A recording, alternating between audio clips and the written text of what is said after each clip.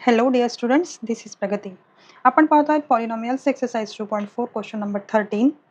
If x plus y plus z equal to जर का आपण 0 घेतला तर show that x cube plus y cube plus z cube equal to into x into y into Z.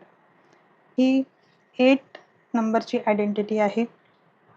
ती आपल्याला अशा प्रकारची आयडेंटिटी आहे मुलांना. तर ह्या आयडेंटिटीच्या मदतीनेच आपण हा क्वेश्चन सॉल्व करू शकतो. चला पहिले आयडेंटिटी आपण लिहून घेऊया.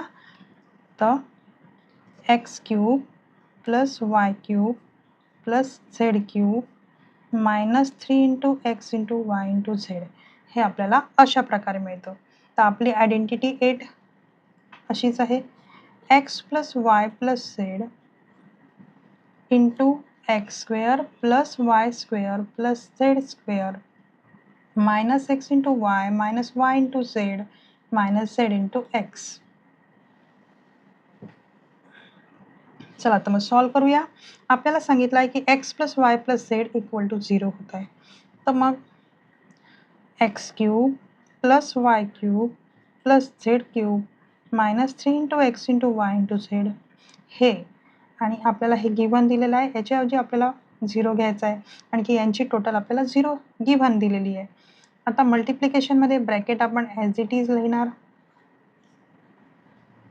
Minus x y minus y z minus z into x. आता आपल्याला x cube plus y cube plus झेडचा cube minus 3 into x into y into z equal to काय मिळतं. पहा, कोणत्याही नंबरला जेव्हा आपण एक्सनी मल्टिप्लाय करतो तर आपल्याला इक्वल टू 0 मिळते, बरोबर. तर x cube plus y cube plus z cube. आता मी हा मायनस जो आहे मायनस 3xyz हे मी इक्वल टूच्या या बाजूने आणलं तर ते प्लस 3xyz असं मला मिळते आहे आणि हे आपण अशा प्रकारे शो केलेलं आहे. तर पहा मुलांनो, आयडेंटिटी 8 वापरून आपण अशा प्रकारे शो दॅट हा क्वेश्चन सॉल्व केलेला आहे. Students, if you understand well then please type yes in the comment. Thank you.